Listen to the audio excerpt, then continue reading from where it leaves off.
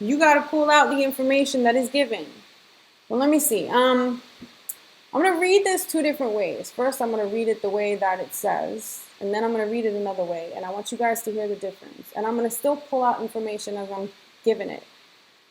In a test of weight loss programs, 40 adults use this weight loss program. 40 adults. That sounds like a sample size. After 12 months, that sample mean weight loss, oh, that's X bar. That's a sample mean. Was found to be 2.1 pounds. Don't confuse this. This is pounds, okay? Sometimes it looks like 2.1. It's not 2.11, okay? 2.1 pounds.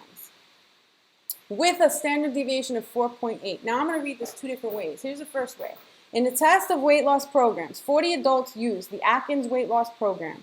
After 12 months, their mean weight loss was found to be 2.1 pounds with the standard deviation of 4.8 pounds. What is the difference between that and, in a test of weight loss programs, 40 adults used the Atkins weight loss program.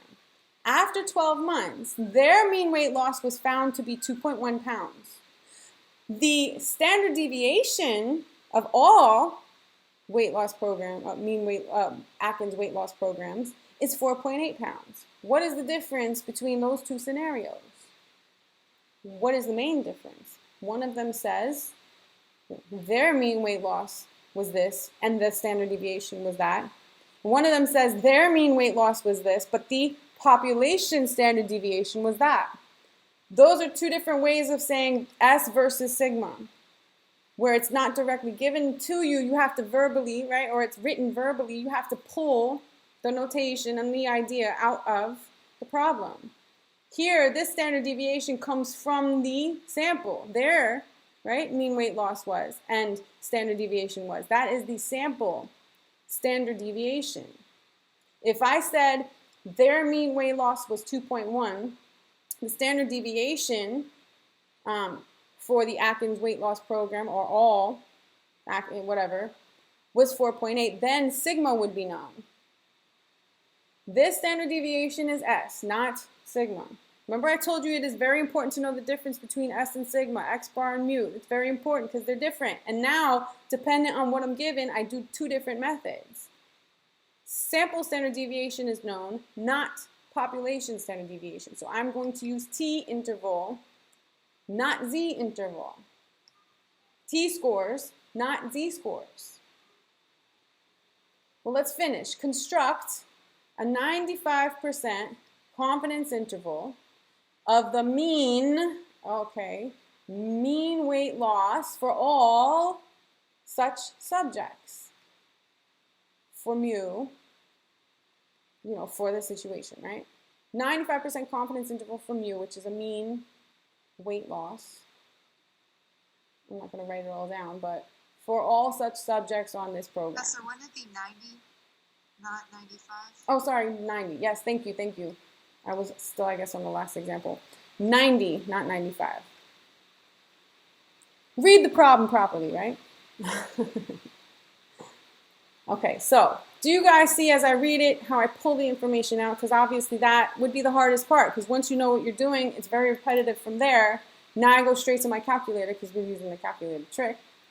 And we already determined that we need T and not Z because sigma is not known. And where do I go? I go, again, stat. Actually, I like to clear my screen, so make sure everything's clear. Stat. Everything is found in the same location. I've already been here, like, I don't even know how many times. Tests. But this time, what am I looking for? I'm not running a test. I'm looking for an interval. I need to go down to these ints. I'm not using Z. I'm using T. T interval. Enter. Again, you know it's going to ask you, is it data or is it stats? Do you have data? Do you have a list of numbers? No. I have statistics. Okay, look. Notice that when I use T interval, sigma is not asked for here. Why? Because I shouldn't use it if I know sigma. Look at the damn calculator tells you what to do, right? Okay, well, let's go and input our stuff. So X bar is 2.1 pounds. Don't confuse that one. 2.1 pounds. So X bar is 2.1. And then your sample S standard deviation was 4.8. your sample size was 40, where confidence level was 90, right? 0.9. Down to calculate. There's my confidence interval. You can verify these values if you want. Let's do, how does it, move around to the nearest, so we'll go to the tens place again. 0.8, I might go one more, 0.82 to 3.38. 0.82 to 3.38. So my population mean for this situation, my population mean weight loss would be between 0.82 pounds and 3.38 pounds. You're not done, right? I'm just going to kind of copy and paste this to make my life easier. It's just annoying that it goes up there. Hold on one second. We are 95% confident that the mean, let me change the rest of this, the mean weight loss for all such subjects on the Atkins